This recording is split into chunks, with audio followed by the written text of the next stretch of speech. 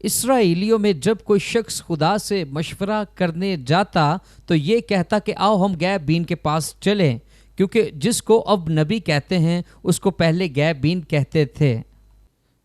اب گہرائی میں جانے سے پہلے ہمیں یہاں رکنا پڑے گا۔ ہمیں اس کو نبوتی طور پر سمجھنا ہوگا کہ ایک گدھا کس کی نمائندگی کرتا ہے۔ ایک گدھے کا کردار آپ کو یسایہ پہلے باب کی 3 آیت میں ملے گا۔ یسایہ چیپٹر 1 ورس 3۔ اب ایک گدھے کی جو نیچر ہے وہ گھومنے پھرنے کی اور یا غائب ہونے کی نہیں ہے۔ میں چاہتا ہوں کہ آپ اس کو سمجھیں اور اس کو مضبوطی سے تھام لیں کہ یہ آپ کی روح میں انٹر ہو جائے۔ یسایہ چیپٹر 1 ورس 3، اس کو اسکرین پر لائیں۔ لکھا ہے، بیل اپنے مالک کو پہچانتا ہے اور گدھا اپنے صاحب کی چرنی کو، لیکن بنی اسرائیل نہیں جانتے، میرے لوگ نہیں جانتے۔ لہذا جو گدھا ہے وہ کتے کی مانند ہے، کیونکہ کتا اپنے آقا کو نہیں چھوڑ۔ اگر آپ کو یاد ہے کہ بلعام کے پاس ایک گدھا تھا اور اس نے اپنے گدھے کو مارا بھی، لیکن گدھا اسے خدا کے فرشتے سے بچانے کی کوشش کر رہا تھا کیونکہ اس نے خدا کی نافرمانی کی۔ اب میں چاہتا ہوں کہ آپ سمجھیں کہ نبوتی طور پر گدھا کس کی نمائندگی کرتا ہے۔ خداوند یسوع مسیح اس سے پہلے کہ وہ اسرائیل میں داخل ہوتے وہ گدھے پر سوار ہوئے، جس میں گدھا نبوتی طور پر ظاہر کرتا ہے پہلی چیز میں نمائندگی کہ وہ مزدوری کو ظاہر کرتا ہے، کام کو، اور دوسری بات وہ عظمت یا کسی شخص کی زینت کی نمائندگی کرتا ہے، وہ کرتا ہے۔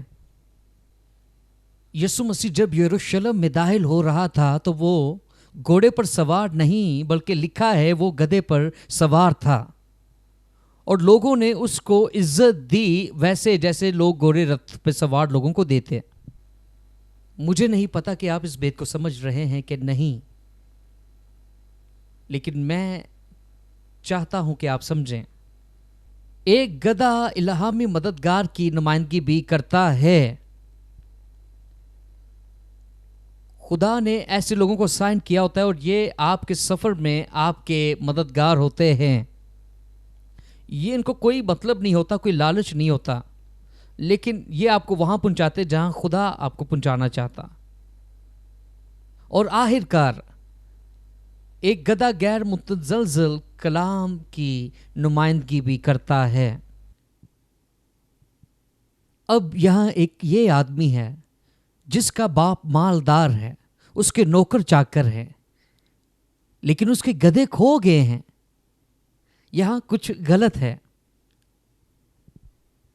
آپ میں سے کچھ لوگ یہاں آج موجود ہیں جو محنت تو کر رہے ہیں، لیکن ان کی محنت کا ان کو پھل نہیں مل رہا۔ یہی وجہ ہے کہ آپ میں سے آج رات بہت زیادہ لوگ یہاں موجود ہیں، اور کچھ لوگ آج کی رات مجھے آن لائن دیکھ رہے ہیں، کیونکہ آپ یہ دریافت کرنا چاہتے ہیں کہ ہمارے گدھے کہاں کھو گئے ہیں۔ میں بہت محنت کر رہا ہوں لیکن مدد نہیں آ رہی۔ میں بہت روزے رکھ رہا ہوں، بہت دعائیں کر رہا ہوں، لیکن صلہ نہیں مل رہا۔ میں آپ کو بتاتا چلوں کہ آج آپ صحیح جگہ آئے ہیں۔ میری خواہش ہے کہ کوئی کہے آگ۔ اب میری سنیں، ساؤل ایک خوبصورت شخص تھا اور اس کی زندگی میں سب کچھ تھا، اس کے پاس مقصد نہیں تھا۔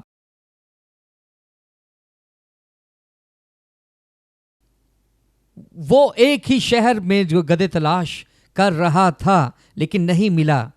ایک غیر معمولی نوٹس ہے۔ والد نے یہ نہیں کہا کہ گدھے چوری ہو گئے ہیں، اس نے سمپلی یہ کہا کہ گدھے گم ہو گئے ہیں۔ آپ میں سے کچھ لوگوں کا فیوچر شیطان نے چوری نہیں کیا۔ آپ مجھے نہیں سن رہے۔ آپ کو جسٹ معلوم کرنا ہے کہ آپ کے گدھے کہاں ہجرت کر گئے۔ خدا آپ کو بلندی بخشے. آپ کو بس جاننا ہے کہ آپ کی بلندی اور مدد کہاں ہے. آپ دعا کر سکتے ہیں، آپ قربانی دے سکتے ہیں، آپ وہ سب کچھ کر سکتے ہیں، لیکن پھر بھی آپ کامیاب نہیں ہو سکتے، کیونکہ آپ ایسی جگہ ہیں جو آپ کو عزت دینے کے قابل نہیں ہے. کوئی بھی شخص جو اپنی منزل مقصود کے بارے میں سنجیدہ ہے، میں آپ کو بتاتا چلوں، آپ کو گیپ بین کی ضرورت ہے تاکہ وہ آپ کو اپنی منزل تک پہنچائے. میری دعا ہے کہ کوئی یسوع مسیح کے لیے بہتر تالیاں بجائے. آئیں یسوع مسیح کے لیے تالیاں بجائیں. آپ دعا کرنے والی عورت ہو سکتے ہیں، آپ دعا کرنے والے مرد ہو سکتے ہیں، لیکن آپ کو جاننے کی ضرورت ہے کہ آپ کی برکت کہاں ہے. اس سے کوئی فرق نہیں پڑتا اگر آپ اپنی زندگی میں اچھے کام کرتے ہیں، لیکن اگر آپ کی سمت غلط ہے تو آپ اسی جگہ کھڑے رہیں گے. لیکن آج کی رات خدا کہتا ہے کہ آپ جلالی لباس پہنیں گے، آپ جلالی لباس پہنیں گے، آپ جلالی لباس پہنیں گے. چاہے آپ گھر میں بیٹھ کے دیکھ رہے ہیں، آپ کے بدلتے ہوئے حالات آپ کو خدا کے گھر میں آج لے آئے ہیں، لیکن میں چاہتا ہوں کہ آپ اس کو سمجھیں. وہ خدا جو آپ کو ملا ہے، اس کو سمجھیں کہ شیطان جو ہے وہ مارنے، چرانے اور ہلاک کرنے کو آتا ہے، لیکن اس کو سمجھیں کہ شیطان وہ کبھی نہیں چرا سکتا جو خدا نے آپ کو دیا ہے. شیطان کیا چوری کر سکتا ہے؟ وہ وقت چوری کر سکتا ہے، وہ آپ کا ٹائم ضائع کر سکتا ہے، وہ آپ کا وقت چوری کر سکتا ہے، لیکن وہ خدا کی برکات چوری نہیں کر سکتا، کیونکہ خدا کی برکات پروٹیکشن کے ساتھ آتی ہیں. کیونکہ جب خدا نے ایوب کو برکت دی تو شیطان ایوب کی کسی چیز کو نہ چھو سکا، کیونکہ سب کے اوپر خدا کی محافظت تھی. نہ صرف ایوب کے اوپر، بلکہ ہر ایک وہ چیز جو ایوب کے دائرہ کار میں آتی تھی، وہ چیزیں جو آپ نے کھو دی، خدا آپ کی مدد کرے گا آپ کی گدھے تلاش کرنے میں. کسی نے نہیں سنا میں نے کیا کہا؟ کسی نے نہیں سنا؟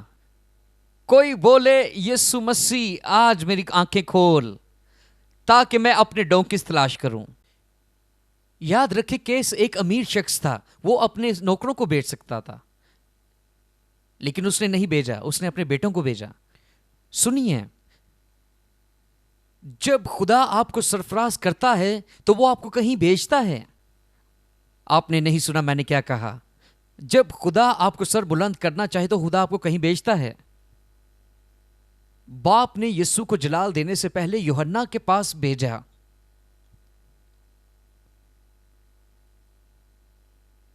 اور یسوع کھوئی ہوئی بھیڑوں کی تلاش کرنے آیا ہے. جب بھی آپ کچھ ڈھونڈتے ہیں، میں محسوس کر رہا ہوں، جب بھی آپ اس چیز کی تلاش کرتے ہیں تو اس کا مطلب وہ چیز آپ کو اس راستے تک لے جائے گی. اور جب بھی آپ فیل کریں کہ آپ کچھ کھو رہے ہیں، بعض دفعہ آپ کی ہار میں ناکامی نہیں ہوتی. بعض دفعہ بائبل کہتی ہے کہ خدا نے لیا، خدا نے دیا. بعض دفعہ خدا آپ سے لیتا ہے تاکہ وہ آپ کی جگہ کو تبدیل کرے، تاکہ خدا آپ کو بہترین دے سکے. لیکن آپ میں سے کچھ اتنے پرسکون ہوتے ہیں، اتنے ڈھیلے ہوتے ہیں کہ وہ اپنی پلیس سے ہلنا نہیں چاہتے. بعض دفعہ خدا زبردستی ان سے چھینتا. ہاں میں اس کو کہوں گا، میں اس کو دوبارہ کہوں گا، اور میں خدا کے روح کی مدد سے کہوں گا. اس سے کوئی فرق نہیں پڑتا آپ کتنی دعا کرتے ہیں، اس سے کوئی فرق نہیں پڑتا آپ کتنے عظیم ہیں.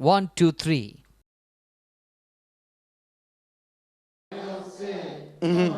Let us go. So they really valley.